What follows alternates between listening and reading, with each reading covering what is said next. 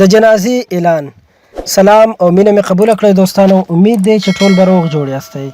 یو ډېره له پند څخه ډکه کیسه در سره شریکوم په دې هیله چې د ویډیو تر پایه موږ سره ملتیا وکړئ. یو عرب عالم فرمایي زه د خپلو سترګو لیدلی حال درته بیانوم. اعلان وشو چې فلانې د فلاني زوی وفات شوی دی. پر 2 بجو یې جنازه ده. عالم وایي زه مسجد ته ورغلم.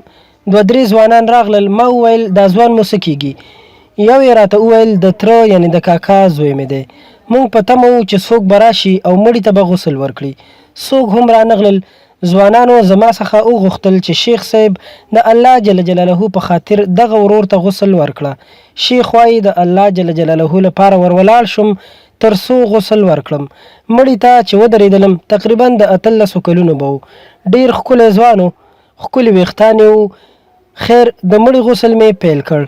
د غسل په جریان کې له مړي څخه یو داسې بدبوی راولاړه شوه چې په غسلخانه کې د دغه بدبوی د لاسه طاقت نه کېدو. د غسلخانې دروازه او کړکۍ مې پرانیستله خو بیا مې هم د اوسېدلو طاقت نه لرو. بالاخره له غسلخانې څخه راووتلم. ځوانانو ته مې وویل تاسو غسل ورکړئ او د کفن کولو په وخت کې به زه مرسته در سره وکړم. ما ورته وویل داسې بدبوی ده چې ما په ټول عمر کې داسې بدبوی نه ده حس کړې. ځوانانو مړي ته غسل ورکړو او په تکفین کې ما مرسته ورسره وکړه. جنازه تیاره شوه او د هدیرې په لور مو روانه کړه. په ټوله ساحه کې د بدبویۍ له وجې طاقت نه شو کېدی. د جنازې د لمانځه تدابیر ونیول شول. جنازې ته یې له څو محدودو کسانو پرته نور څوک نه حاضر شوي. د جنازې د لمانځه په وخت هم د بدبویۍ له وجې سخت په تکلیف وم او ما دا معلومه کړه یعنې ما دا درک کړه چې دا آثار او نښې د بدې خاتمې او خطرناک انجام دي. کله چې مړی دفن شو له ځوان څخه مې وپوښتل. ما ویل ځوانه دې کس څه کار کوو؟ ځوان وویل شیخ صاحب دې کس لمونځ نه کوو. په داسې حالت کې مړ شو چې د لواطت د بد فعل وروسته یې غسل هم نه و کړی. داسې مړ شو چې بل شوی سګرټ یې په لاس کې و او د موسیقۍ ګوشکي یعنې هینډفري په غوږ کې ایښې وه. ای مومنانو د الله جل جلاله څخه وډار شئ. د الله جل جلاله طرف ته متوجه شئ. د خپل خطرناک انجام څخه وویریږئ. د الله او د الله جل جلاله د بندګانو د حقوقو پوره خیال وساتئ.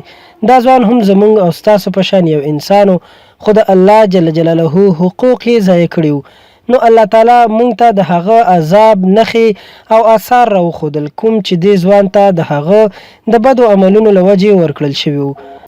والله چې د آخرت عذابونه تر دې هم ډیر سخت دي.